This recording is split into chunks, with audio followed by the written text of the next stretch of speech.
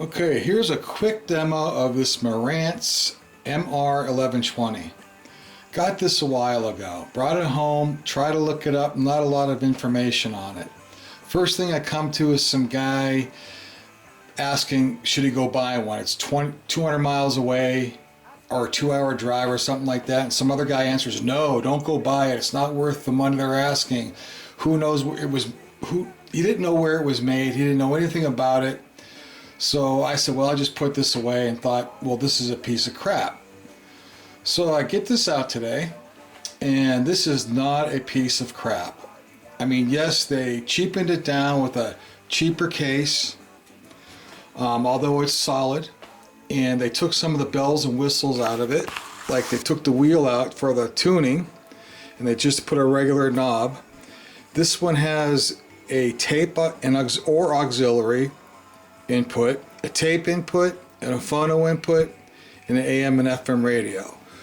So it's not, doesn't have all the lights and all the other fancy things the early 70s Marantz had. This was made, I think, in 1980 or 81. But I'll tell you what, I just tested a 40 watt per channel Kenwood, and this thing is at least twice as loud, if not louder. And it has this really good sound, definitely Marantz sound. And the loudness button on this is incredible, just like the other Marantz. This is a really nice stereo receiver.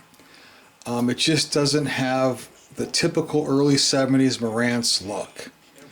It is nice. So anyways, it's on the FM radio right now. I got to be careful on these radio stations. I don't want YouTube to blank the audio out. So when I woke up this morning, you were on. I'm going to go to auxiliary 2 and play a song.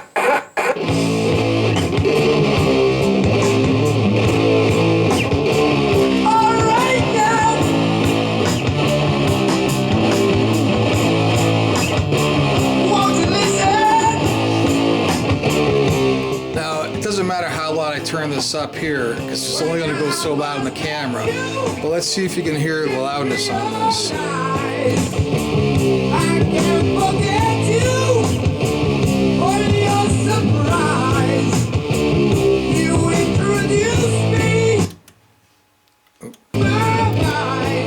Loudness button is incredible.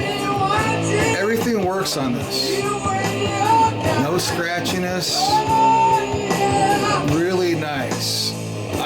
There's no information about this model. There's an 1130, I think. And the 1130 is the same as this one, except it has an AM tuning, like one of these signal strength meters down here. That's the only difference between that one and this one.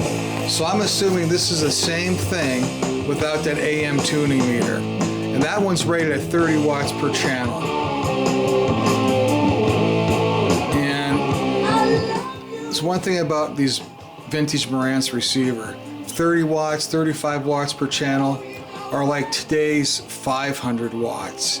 I don't know how they determine wattages in Japan or how they determine it today, but this is not your typical 30 watt receiver. Like I said, I just tested that Kenwood 40 watts per channel. If this is 30 watts,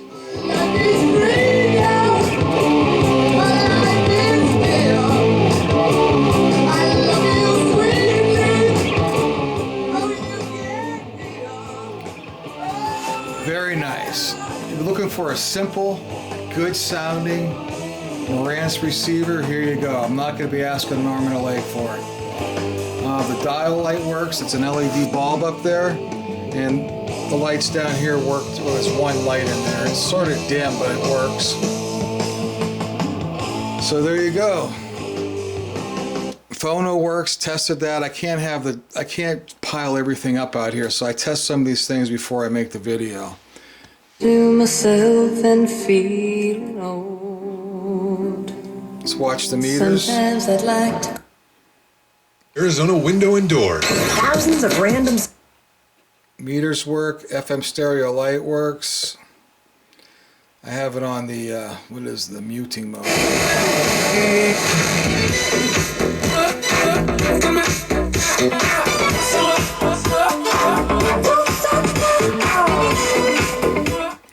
So there you go. Really not a whole lot to tell. Oh, the A and B both work. Speakers, we're only on A. Loudness button is fantastic. Connecting with somebody. If you wanna believe that. Really makes a big difference, especially listening at low volumes. So there you go. Thanks.